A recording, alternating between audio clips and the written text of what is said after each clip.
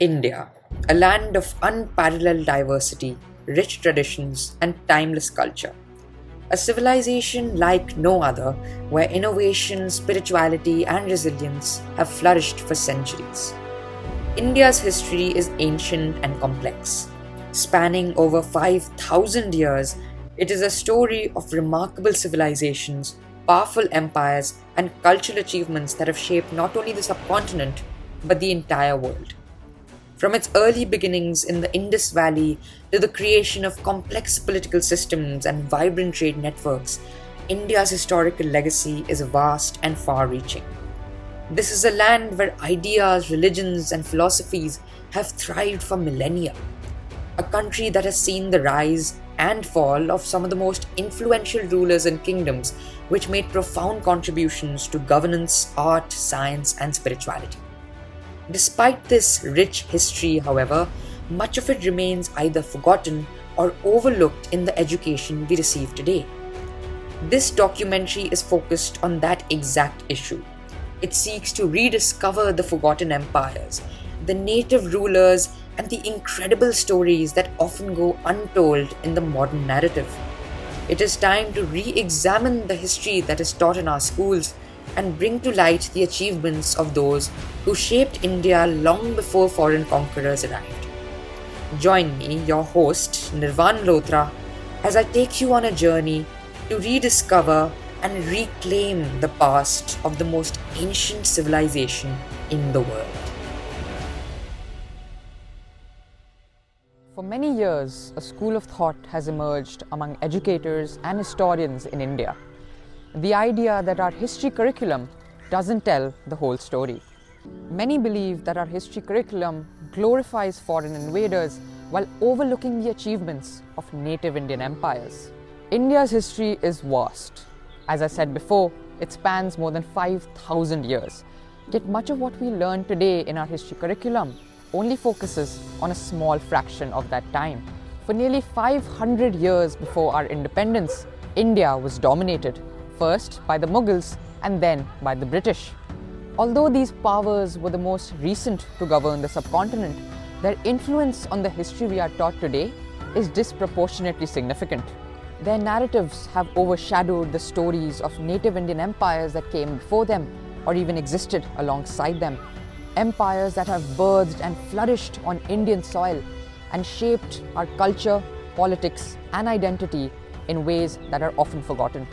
This is the issue we are exploring today: the underrepresentation of native Indian empires in the Indian education system. This isn't just about historical facts. This is about how we see ourselves as a nation. By focusing so heavily on the periods when India was ruled by foreign powers, we risk ignoring the centuries when India was a global leader in trade, culture, and governance. To get a better understanding of how deeply this issue runs, I decided to conduct a survey. I wanted to gather evidence from students at my school. What do they remember about Indian history? Do they feel like they've learned enough about native Indian empires? And do they even know who these empires are? To focus my research, I chose three prominent native Indian empires: the Mauryas, Cholas, and Marathas, and compared students' awareness on them with that of the Mughal and British empires. Together, these empires highlight the richness of India's native heritage, making their underrepresentation all the more significant to address. Let's take a look at what the students had to say.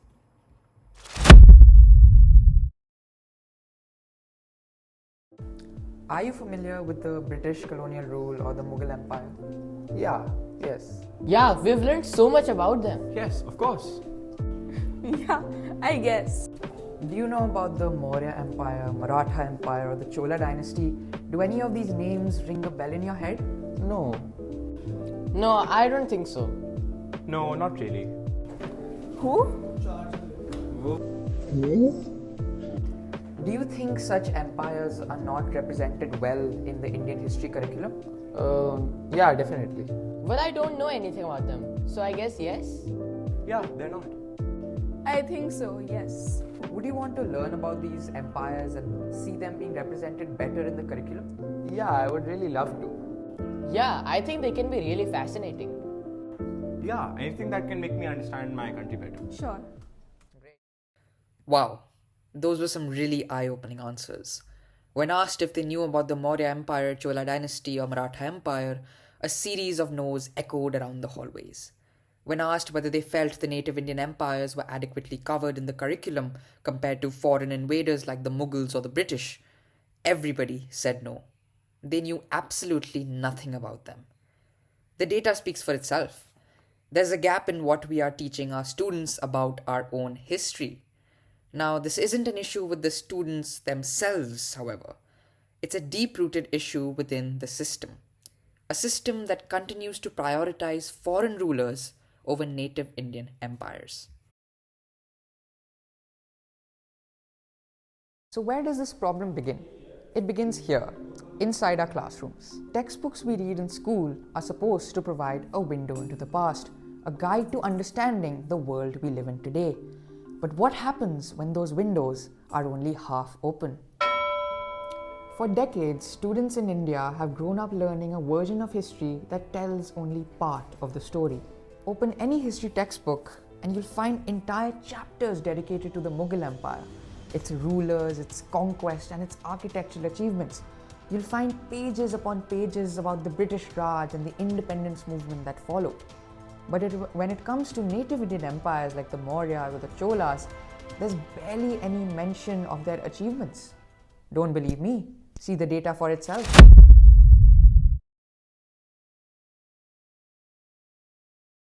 In the NCERT history textbook, the disparity in content becomes strikingly clear.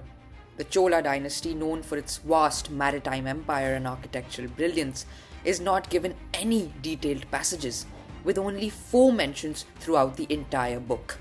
The Maratha Empire, celebrated for its resilience and military innovation under leaders like Shivaji Maharaj, is also given no attention, with 2 collective mentions.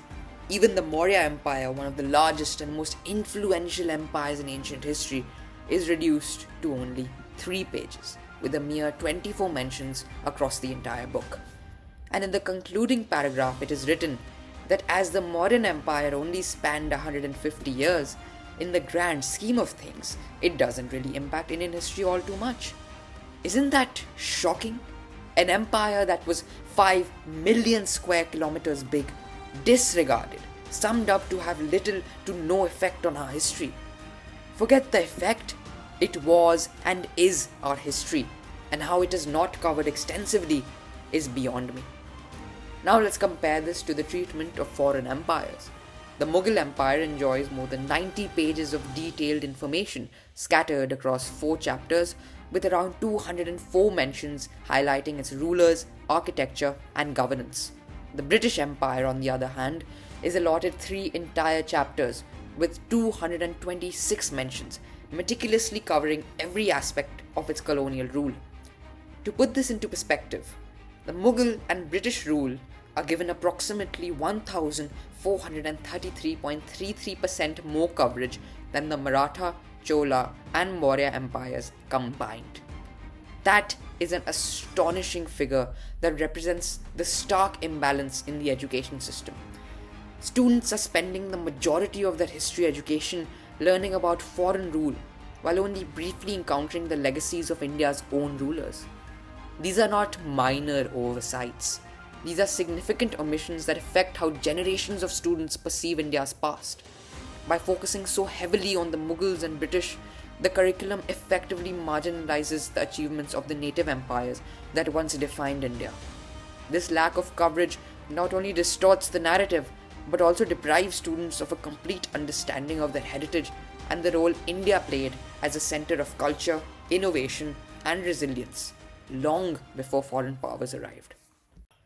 To delve deeper into understanding why this issue exists and why addressing it is so crucial, I sought guidance from Mr. Ashish Dhulia, a distinguished historian and academic. With decades of experience as a professor at some of the country's leading universities, Mr. Ashish Dhulia has dedicated his career to the study and teaching of Indian history. If there was any man that could give me the answers I wanted, it would be him.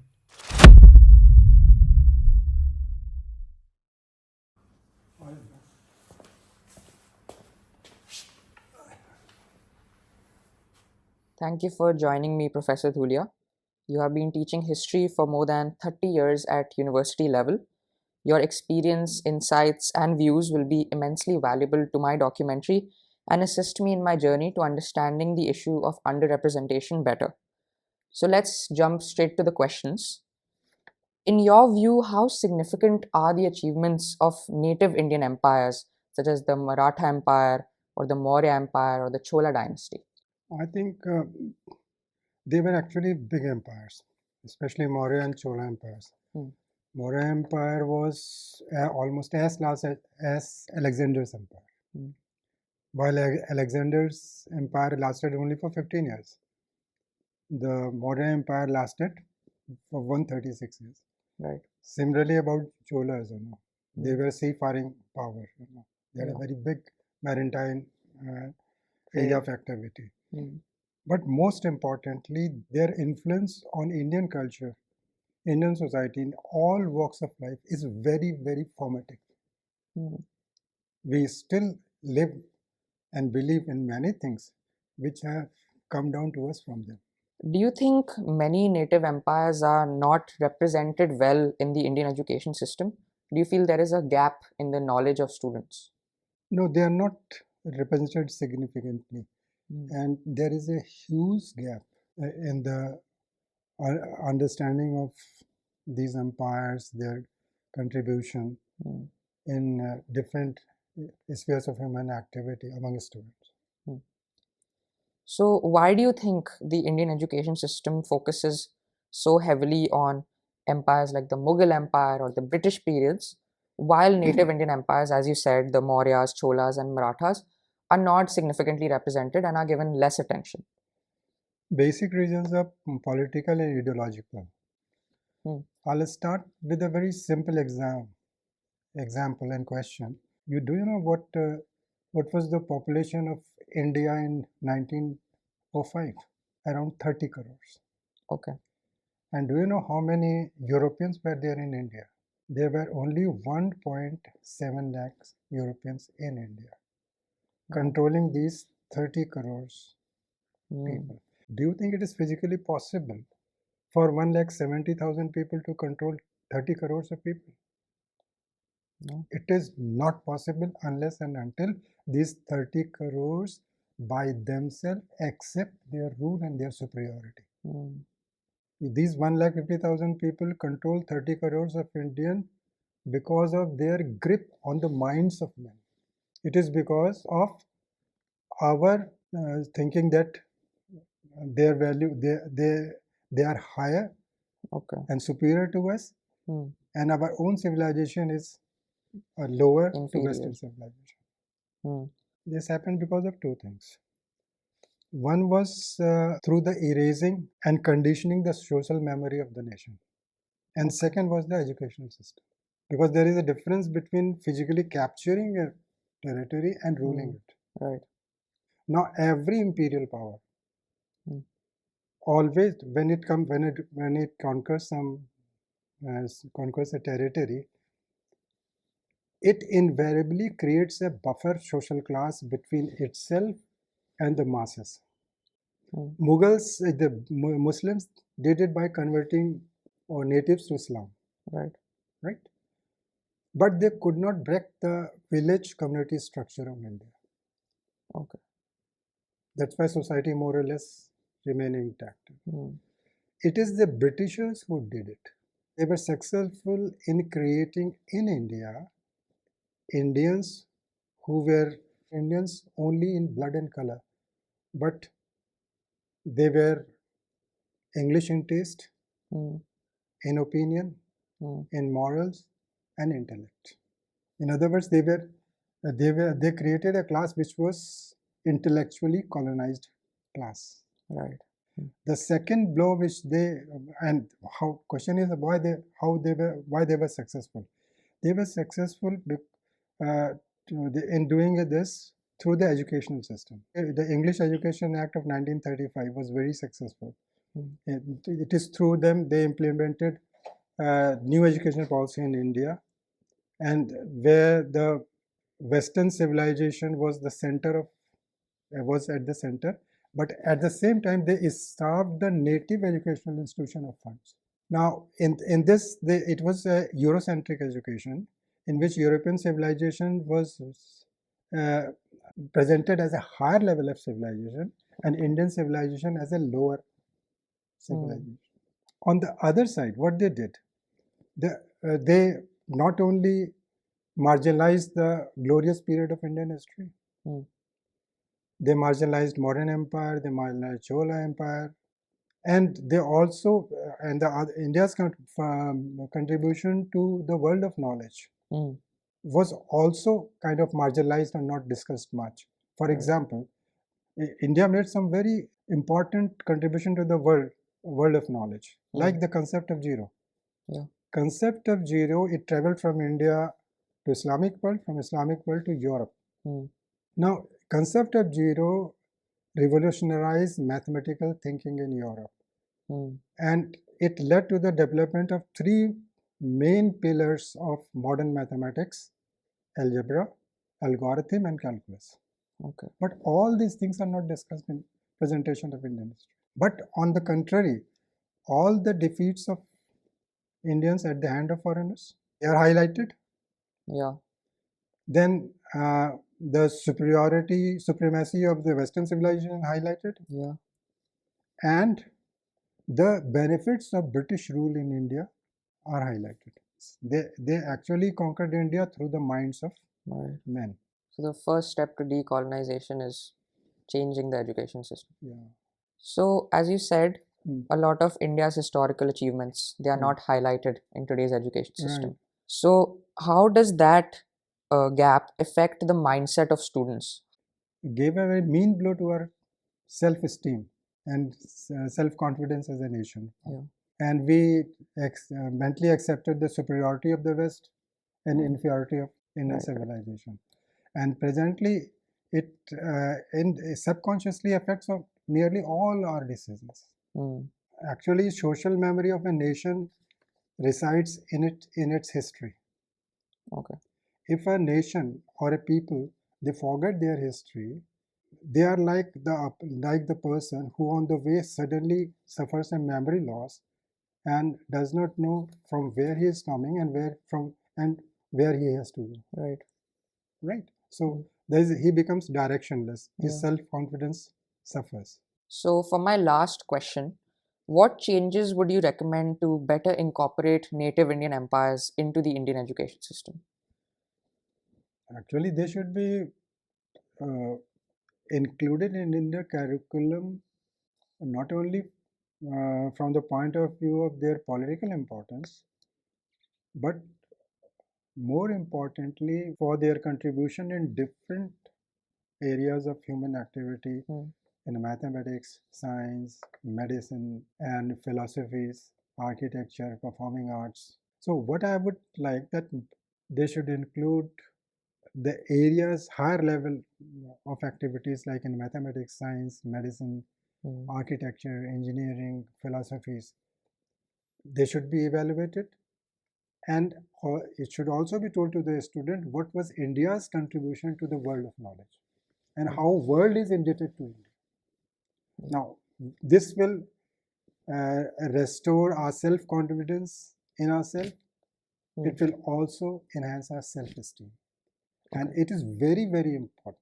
And for this, we need persons who can visualize, evaluate, and plan for India from Indian point of view. In other words, we need to have such persons who are, to reuse Macaulay's words, who are Indian in taste, Indian in opinion, Indian in morals, and Indian in intellect. Thank you, Professor Dhulia. Your comments have been extremely valuable, and I will ensure to express all of your knowledge to my audience and understand the issue better. Thank you. So, why does this matter? Why is it so important to correct the imbalance in Indian history? Because history shapes identity. It shapes how we see ourselves as individuals and as a nation. By reducing our history to a period of foreign conquest and colonial rule, we risk losing the deeper narrative of who we are and where we come from. A victim narrative has taken hold of our country. a narrative that tells us that our history is one of continuous defeat and subjugation. Yes, there have been dark times in our history, times of foreign rule and suffering. But there have also been periods of immense flourishing, cultural influence, and global power under native rulers like the Mauryas, Cholas, and Marathas. By failing to teach these parts in our history, we lose the opportunity to celebrate our own achievements. We lose the sense of pride that comes in knowing that our ancestors built vast empires, developed complex governance systems, created stunning works of art, and spread philosophies like Buddhism across the world. Correcting this narrative isn't just about reclaiming the past. It's about giving future generations a fuller understanding of who we are as a people and let them take pride in our achievements and accomplishments. Before I conclude this documentary, I want to give you a glimpse into what students are missing out on. The achievements, the glory, and the profound contributions of three of India's amazing native Indian empires, the Mauryas, Cholas, and the Marathas. These empires represent a legacy of innovation, resilience, and cultural brilliance, yet their stories are untold in India's education system. Here's a glimpse into the stories that deserve to be remembered.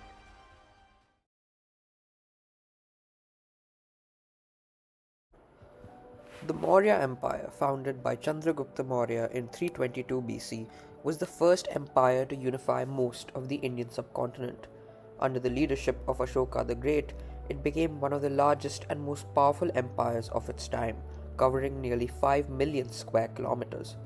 Ashoka, known for his military conquests, famously turned towards Buddhism after the bloody Kalinga War.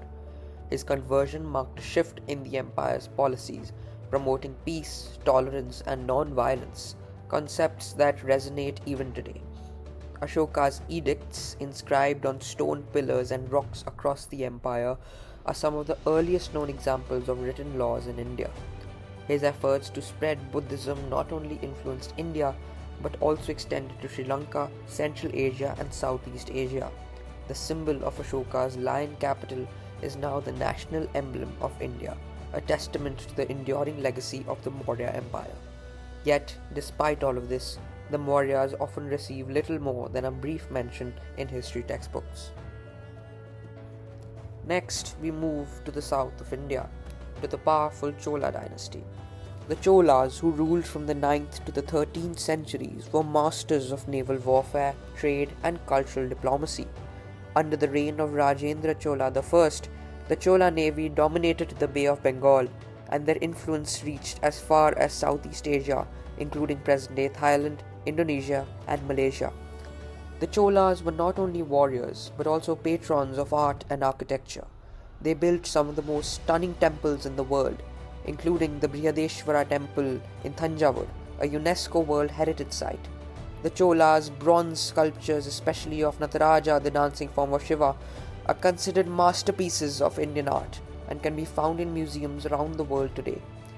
Despite their dominance and cultural contributions, the Cholas often take a back seat in our education system, overshadowed by the focus on North Indian empires. Finally, we come to the Maratha Empire.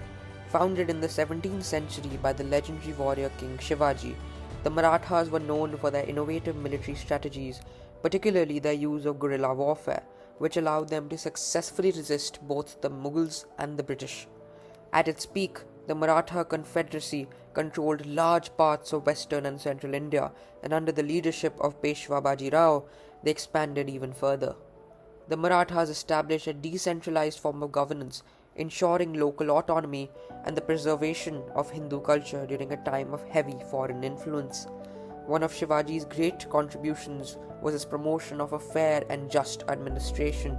He is remembered not just for his military brilliance, but also for his ability to unite people across castes and religions to fight for a common cause. And yet, when we open our history books, the Marathas are often relegated to a few pages, a tragic oversight given their crucial role in resisting foreign rule.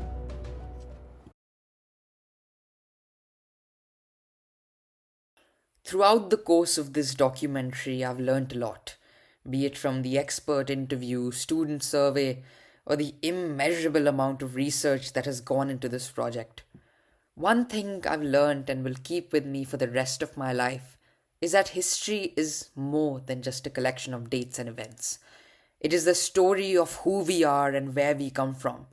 It shapes how we view ourselves and our place in the world. By neglecting the stories of the Mauryas, the Cholas, and the Marathas, we are not just forgetting the past, but erasing a part of our identity. But this is not irreversible. By bringing these stories back into the light, by reintroducing them into our education system, we have the power to reshape the narrative for future generations. We can remind students and ourselves that India is not just a land of invasions and colonization, but a land of empire builders, visionaries, and cultural pioneers. The time to correct this imbalance is now. Let's reclaim our history and, in doing so, reclaim our identity. That's me, Nirvan Malhotra, signing off, and I hope my journey through the past can reignite the flame of rediscovering Indian history.